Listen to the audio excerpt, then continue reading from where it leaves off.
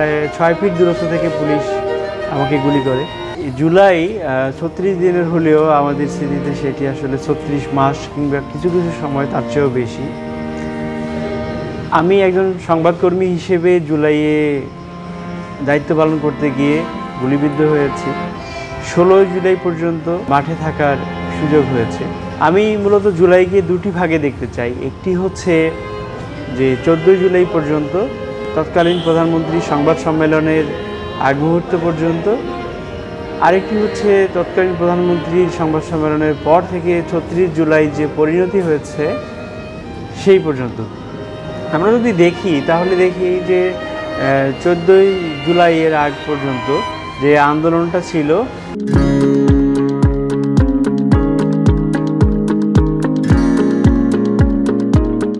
সেটি ছিল বৈষম্য বিরোধী আন্দোলনের ব্যানারে কোটা সংস্কার আন্দোলন ছিল। আসলে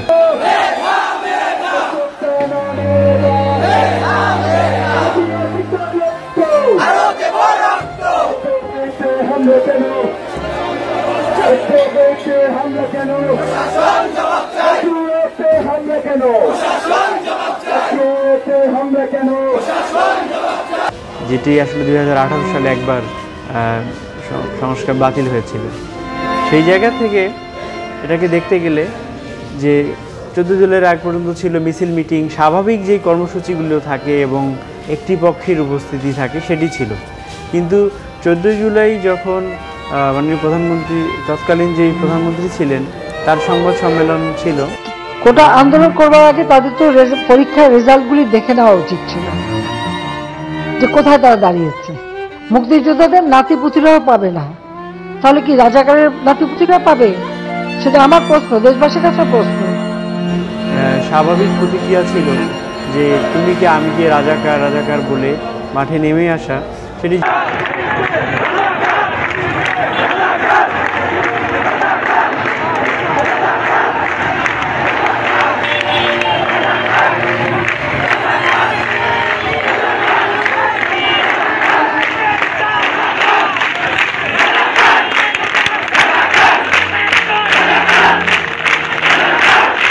জাহাঙ্গীরনগরেও সেটি ছিল এবং জাহাঙ্গীরনগরে সেদিন রাতে তাজউদ্দিন আহমদ হল থেকে প্রথম দু একজন শিক্ষার্থী এটি বলতে থাকেন যে তুমি কে আমি কে রাজাকার। এরপরেই যখন ছাত্রলীগ প্রতিক্রিয়া দেখানো শুরু করে, শিক্ষার্থীরা মূলত তাদের হলের যেই লাইট আছে, রুমের লাইট, সেটি নিভিয়ে দেন যাতে কেউ আলাদাভাবে শনাক্ত করতে না পারে যে কে আসলে স্লোগানটি দিচ্ছে। এরপরে কেউ একজন এটি রেকর্ড করে ছড়িয়ে দেয় এবং পরবর্তীতে প্রতিটি হল থেকেই মিছিল চলে আসে, বিশ্ববিদ্যালয়ের বটতলায় জড়ো হয় এবং সেখান থেকে বিশ্ববিদ্যালয়ের যে রবীন্দ্রনাথ ঠাকুর হল আছে সেই হল অভিমুখে যায়। কারণ সেখানে একজন শিক্ষার্থীকে ছাত্রলীগের যে নেতাকর্মীরা ছিলেন তারা তাকে অবরুদ্ধ করে রাখেন এবং তার উপর হামলা, একজন শিক্ষার্থীর উপর হামলা হয় এবং পুরো পরিস্থিতিটা মূলত পরবর্তীতে সাংঘর্ষিক রূপ নেয় এবং এরপরেই মূলত জুলাইটা কন্টিনিউ করে। যদিও সংবাদকর্মী হিসেবে ছিলাম, কিন্তু আসলে বিশ্ববিদ্যালয়তে একজন শিক্ষার্থী হিসেবে ছিলাম।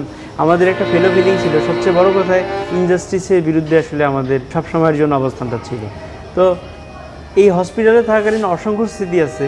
আমি শুধু একটা খুবই বড় স্মৃতি একটা শেয়ার করতে চাই যে 36শে জুলাইয়ের আগে, আগস্ট মাসে অর্থাৎ 5 তারিখের আগে 3রা আগস্ট হঠাৎ আমি দেখলাম যে এই ধরনের পরিস্থিতির দিকে যাচ্ছে। তো আমাদের যারা বিশ্ববিদ্যালয়ের সহকর্মী ছিলেন, সবচেয়ে জুনিয়র যারা ছিলেন, তাদের অনেকেরই আসলে যে নিরাপত্তা সামগ্রী, অনেকের ব্যক্তিগত পরিচয়পত্র সেগুলি ছিল না, অনেকের নিরাপত্তা ছিল না, অনেকের প্রেস কার্ড ছিল না এবং যে স্টিকার সেগুলি ছিল না।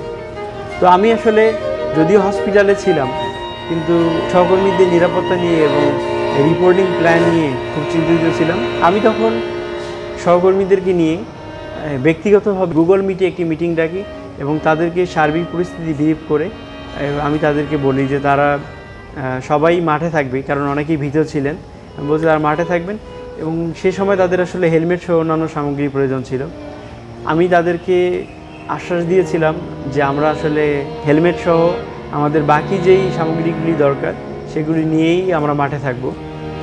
এবং সেদিনের সিদ্ধান্তের প্রেক্ষিতে আমি ইয়াসির আরাফাত সুমন নামে আমার একজন সহকর্মীকে দায়িত্ব দিই যে জীবনে ঝুঁকি থাকলেও ঢাকা থেকে এইসব সামগ্রী সংগ্রহ করে তাকে ক্যাম্পাসে আসতে হবে এবং এটা সবার কাছে পৌঁছে দিতে হবে এবং সে যথারীতি জীবনে ঝুঁকি নিয়ে তখন এই যে সামগ্রীগুলি আছে ঢাকা থেকে নিয়ে ক্যাম্পাসে আসে, কারণ তখন ক্যাম্পাসের আশেপাশে আসলে তেমন কেউ ছিল না এবং কেনার মতো এই সামগ্রীগুলি কেনার মতো কেউ ছিল না এবং সে এসে এগুলি আমার যে বাকি যারা সহকর্মী কয়েকজন ক্যাম্পাসে অবস্থান করছিলেন এবং যারা আন্দোলনকারীদেরকে সহযোগিতা করছিলেন তাদেরকেও হেল্প করে এবং 5 আগস্টে এটি 4 আগস্ট এবং 5 আগস্টে এই সামগ্রীগুলি আমাদের দুর্দান্তভাবে কাজে দিয়েছিল। আমাদের আসলে এই চেষ্টার যে জায়গাটা সেটি ছিল যে যে কোনোভাবে আন্দোলনকারীদের সহযোগিতা করা এবং সেজন্যই আসলে এটি সম্ভব হয়েছিল। এবং 5 আগস্টের যে স্মৃতি, সবচেয়ে বড় দুঃখ হচ্ছে যে 5 আগস্টে যেহেতু আমার অপারেশন হয়েছিল আগেই গুলির বিদ্ধ হওয়ার জন্য, সেজন্য আমি আসলে সরাসরি যে লং মার্চে অংশ নিতে পারিনি, কিন্তু আমার কিনে দেওয়া যে সামগ্রী পরে আমার সহকর্মীরা লং মার্চে ছিলেন সেই ছবি ভিডিওগুলি দেখে আসলে সবচেয়ে বেশি আনন্দ লেগেছে। সবচেয়ে বেশি আনন্দের ব্যাপার হচ্ছে আজকে যদি আসলে সেই ফ্যাসিস্ট সরকার থাকতো আমাদেরকে ট্রায়ালের মুখে পড়তে হতো। আজকে অসংখ্য সহকর্মী, অসংখ্য আন্দোলনকারী, অসংখ্য মানুষ এই ট্রায়াল থেকে বেঁচে আছেন এবং নিপীড়ন থেকে বেঁচে আছেন, সুস্থভাবে নিঃশ্বাস নিতে পারছেন। এটি আসলে আমাদের জন্য সবচেয়ে স্বস্তির। এটি আসলে একটু আরেক অধ্যায়। আমরা যখন 14ই জুলাই রাত পেরিয়ে গেল, অর্থাৎ 15ই জুলাই প্রথম প্রহর পর্যন্ত প্রায় ভোর 4টার দিকে এটি শেষ হলো, আমরা ঘুমোতে গেলাম। এরপরে আমরা জানতে পারলাম যে 14ই জুলাই যেহেতু দেশব্যাপী একটা হয়েছিল, ঢাকা বিশ্ববিদ্যালয়ের শিক্ষার্থীরা থেকে শুরু করে সারা দেশে একটা আন্দোলনের সূত্রপাত হয়েছে, এর প্রতি অনেকের উপর হামলা হয়েছে। সেই জায়গা থেকে 15ই জুলাই নতুন করে কর্মসূচি দেওয়া হলো। সেই কর্মসূচি অনুযায়ী অন্য জায়গায়, মানে ঢাকা বিশ্ববিদ্যালয় সহ অন্যান্য বিশ্ববিদ্যালয়গুলোতে যেটি ছিল যে সকালে বা দিনের বেলায় আন্দোলন ছিল, জাহাঙ্গীরনগর বিশ্ববিদ্যালয় শুরু থেকে আন্দোলনের যে গতিপথ সেটি একটু ভিন্ন রকম ছিল। তাদের আন্দোলনের বৈচিত্র্য ছিল, পথনাটক ছিল, গান ছিল, আবৃত্তি ছিল। সেই জায়গা থেকে তারা একটি মশাল মিছিল রেখেছিলেন, অর্থাৎ জাহাঙ্গীরনগর বিশ্ববিদ্যালয়ের তৎকালীন যে আন্দোলনকারীরা তারা সন্ধ্যা 7:30টার সময় মশাল মিছিল ছিল। কিন্তু এর আগে আমরা দেখলাম যে ঢাকা বিশ্ববিদ্যালয় সহ কুমিল্লা বিশ্ববিদ্যালয়, দেশব্যাপী বিভিন্ন বিশ্ববিদ্যালয়ে আন্দোলনকারী শিক্ষার্থীদের উপর ছাত্রলীগের হামলা হয়েছিল। এর প্রেক্ষিতে জাহাঙ্গীরনগরের যে আন্দোলনকারীরা তারা সিদ্ধান্ত নিয়েছিলেন যে আন্দোলনটাকে যদি সন্ধ্যা থেকে কোনো ক্রমে একটু এগিয়ে আনা যায় তাহলে হয়তো কোনো ধরনের সংঘর্ষের যে পরিস্থিতি সেটি মোকাবেলা করা যাবে। সেই জন্য তারা 7:30 থেকে সন্ধ্যা 6:30টায় মশাল মিছিলটি এগিয়ে আনেন এবং এরপরে শিক্ষার্থীরা মশাল মিছিল যথারীতি শুরু করেন। কিন্তু সেদিন এর আগেই ছাত্রলীগেরও কর্মসূচি ছিল এবং তারা দুপুর 3টার দিকে বিশ্ববিদ্যালয়ের যে পুরাতন ট্রান্সপোর্ট আছে সেখান থেকে একটি মিছিল বের করে। তবে শুধু মিছিল থাকলেও মিছিল ছিল তাদের আসলে একটি লোক দেখানো কর্মসূচি। বাস্তবে তাদের যে উদ্দেশ্য ছিল যে কোটা সংস্কার আন্দোলনকারী অথবা বৈষম্য বিরোধী আন্দোলনের যে মিছিল কর্মসূচি সেটাকে প্রতিহত করা যায় কিভাবে। এরপরেই মূলত যখন এই বৈষম্য বিরোধী আন্দোলনের ব্যানারে শিক্ষার্থীরা মশাল মিছিল নিয়ে বিশ্ববিদ্যালয়ের কম্পিউটার সায়েন্স অ্যান্ড ইঞ্জিনিয়ারিং বিভাগের সামনে আসে,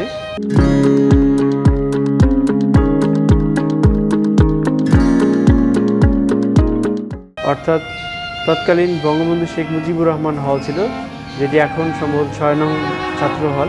ওর সামনে পৌঁছালে বটতলা থেকে ছাত্রলীগের সভাপতি এবং সেক্রেটারির নেতৃত্বে ছাত্রলীগের যে নেতাকর্মীরা আছে তারা এসে আন্দোলনকারী শিক্ষার্থীদের উপর হামলা করে এবং এখানে বেশ কয়েকজন শিক্ষার্থী আহত হয়। এরপরে মূলত শিক্ষার্থীরা আবার পাল্টা হামলা করে এবং একটি পর্যায়ে আন্দোলনকারীদের আরও কয়েকজনের বিভিন্ন ধরনের মাথা ফেটে যাওয়া সহ বিভিন্ন ধরনের জখম হয়।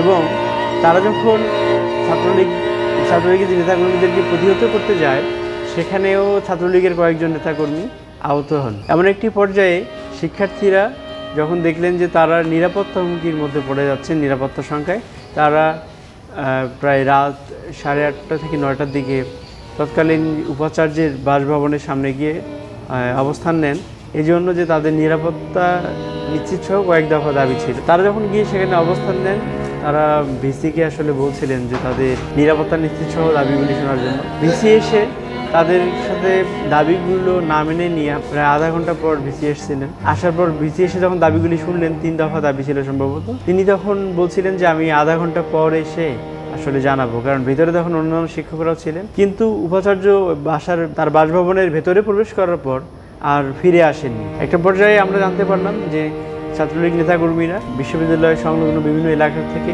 বিভিন্ন টোকাই সহ ছাত্রলীগ, যুবলীগ, তাদের যে নেতাকর্মী ছিল, স্থানীয় নেতাকর্মী, স্থানীয় কুরগাঁও এলাকা, আশুলিয়ার অন্যান্য এলাকা থেকে তারা অস্ত্রসহ নেতাকর্মীদেরকে ক্যাম্পাসে প্রবেশ করাচ্ছেন বিশ্ববিদ্যালয়ের যে শিক্ষার্থীরা, আন্দোলনকারী শিক্ষার্থী আছে, তাদের উপর হামলা করার জন্য।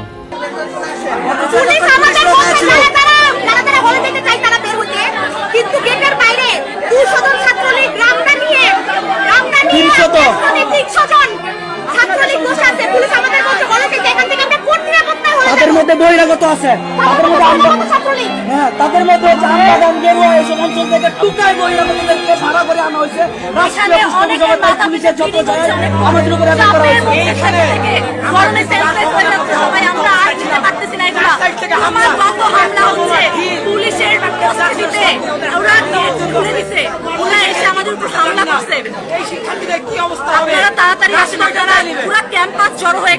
আমরা সংবাদকর্মী হিসেবে বিষয়টি নিয়ে বারবার খোঁজখবর নিচ্ছিলাম। আমরা যখন নিশ্চিত হয়েছিলাম, আমরা চেষ্টা করেছি এটিকে বিশ্ববিদ্যালয় প্রশাসনকে জানানোর জন্য, আন্দোলনকারী শিক্ষার্থীদেরকে জানানোর জন্য।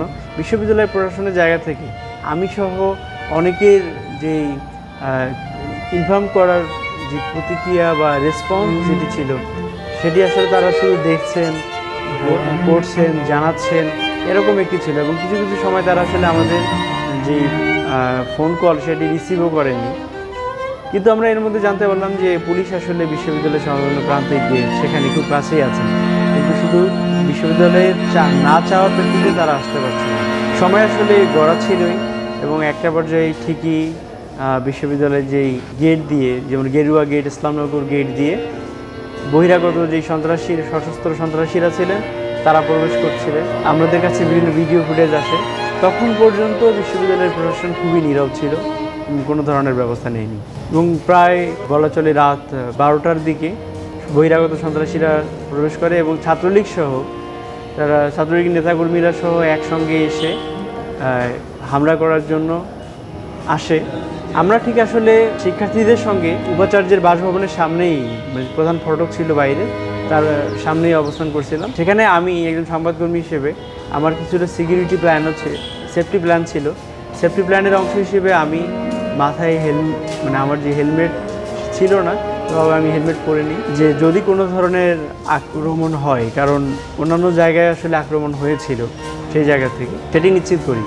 তো আমার একটি প্ল্যান ছিল যে যদি কোনো ধরনের সংঘর্ষে রূপ নেয়, তাহলে উপাচার্যের বাসভবনের সাথে আরেকটি বাসভবন আছে, যেটি এখন ট্রেজারারের বাসভবন, নিজের নিরাপত্তা নিশ্চিতের জন্য সেখানে যাওয়া। সেখানে অবস্থান নেওয়ার কারণ হচ্ছে যে ওটি 3 দিক থেকে আসলে বেষ্টিত ছিল।